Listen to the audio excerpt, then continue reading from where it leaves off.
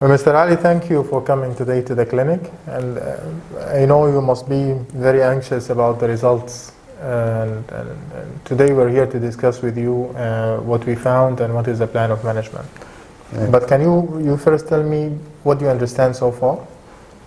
Thank you, doctor. Yes, I'm 73 years old, but I consider myself fit, and I'm a person who has no medical history. I have done an X-ray and some imaging. I think it is called CT scan, and I'm here to know about the result of these images. Well, indeed, yes, you are right. You do look fit for a 73-year-old. Yes.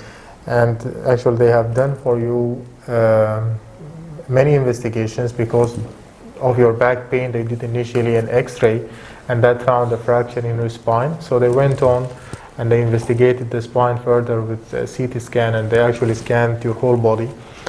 And they found, I think they have already told you about some lesions in the bones and many lesions in the lung as well.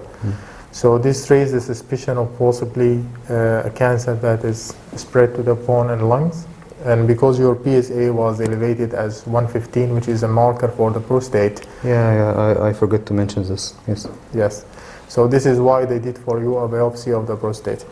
And the biopsy actually came out to be what we call an adenocarcinoma. And we give that a special score. We call it a Gleason score. And in your case, it was 4+5, which is 9. How does this reflect on my treatment?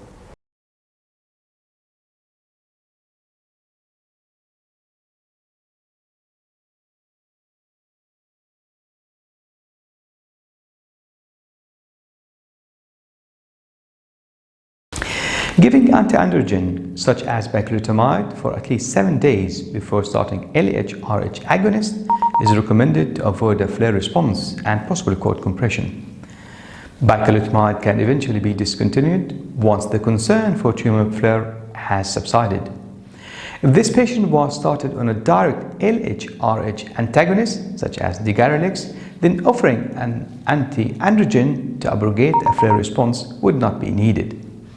After initiation of anti-hormonal therapy with LHRH agonist plus Bicalutamide, one could also consider the addition of either Docetaxel, Apalutamide, Enzalutamide, or Abiraterone. All 4 of these drugs are approved for patients with metastatic castration-naïve disease.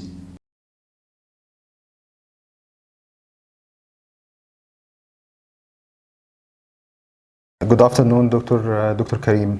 Sorry to bother you, but I have outside Mr. Ali, and I would like to ask your advice about his case. Sure, of course, go ahead. Yeah. Do you mind reading from his report? Of course. Yes.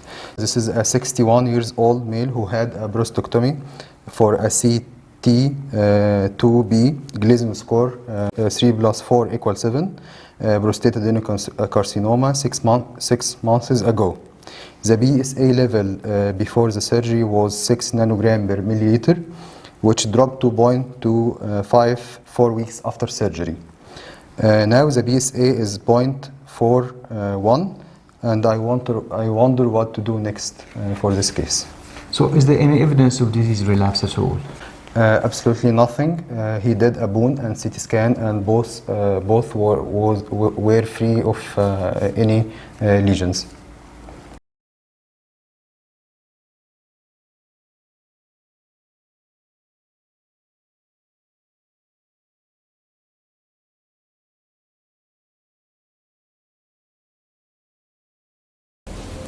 Salvage radiotherapy is indicated in patients who had an undetectable PSA that becomes subsequently detectable post-radical prostatectomy. The persistently elevated PSA post-surgery in this patient is likely to indicate a localized residual prostate cancer, as there are no evidence of distal metastases. For this reason, external beam radiotherapy plus minus androgen deprivation therapy can be offered, as this approach has been shown to improve biochemical and clinical progression at 5 years.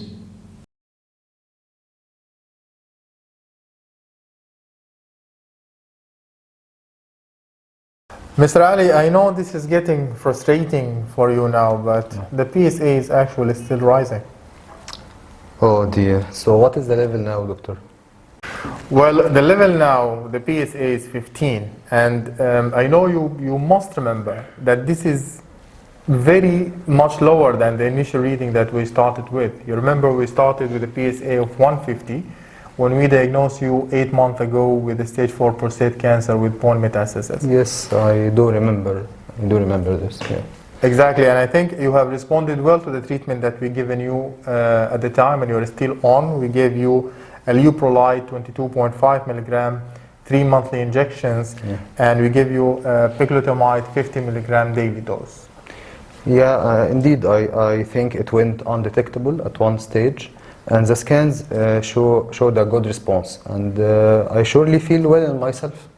Well, absolutely, and in these situations, if we find that the PSA is getting higher, we usually check the testosterone level, and in your case, it came back to be 8, and this is what we scientifically call a castrate-resistant prostate cancer.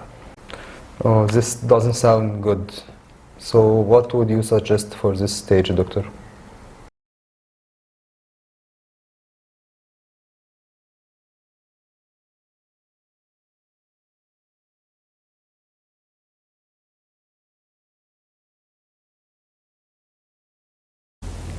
If a patient is on LHRH agonist, such as leuprolide, or LHRH antagonist, such as Degarelix, along with antiandrogen therapy, such as flutamide or bicalutamide, and if a rise in PSA is seen, then discontinuation of antiandrogen therapy should be done.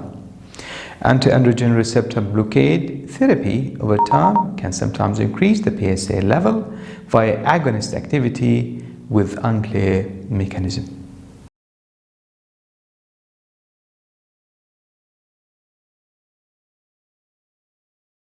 We have admitted Mr. Saeed yesterday to the ward with severe abdominal pain.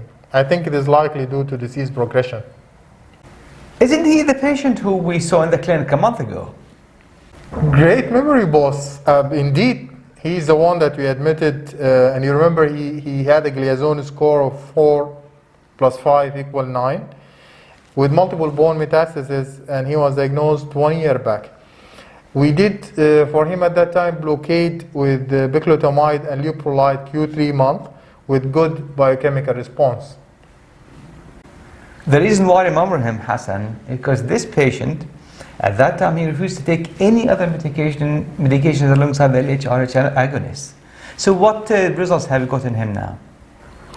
The CT showed progressive lymphadenopathy in the abdomen and pelvis with possible nearly a small bowel obstruction. I spoke with the surgeon, but they advised on conservative management. His PSA has jumped to 140.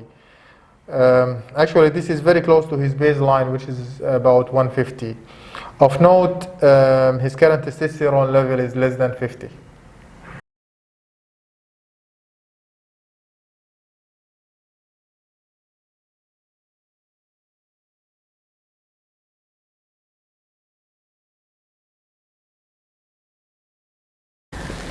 This patient has a marked elevation of his PSA level despite having castrate levels of testosterone.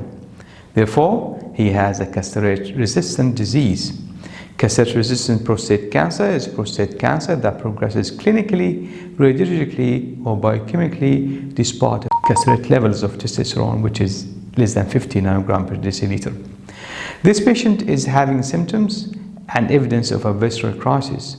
And while Abiraterone or Enzalutamide for this patient are reasonable options, he needs a rapid response with a readily available medication. Therefore, Docetaxel with prednisolone is the best option at this time. For patients with castrate-resistant prostate cancer and only bony disease, radium-223 for symptomatic bone metastases could be offered. Sipuleucel T therapy is approved for patients with asymptomatic or mildly symptomatic disease. This is acting for clinical education. Like, share, subscribe. Don't forget to check the resources down below and join us every Thursday, 8 p.m. for more videos.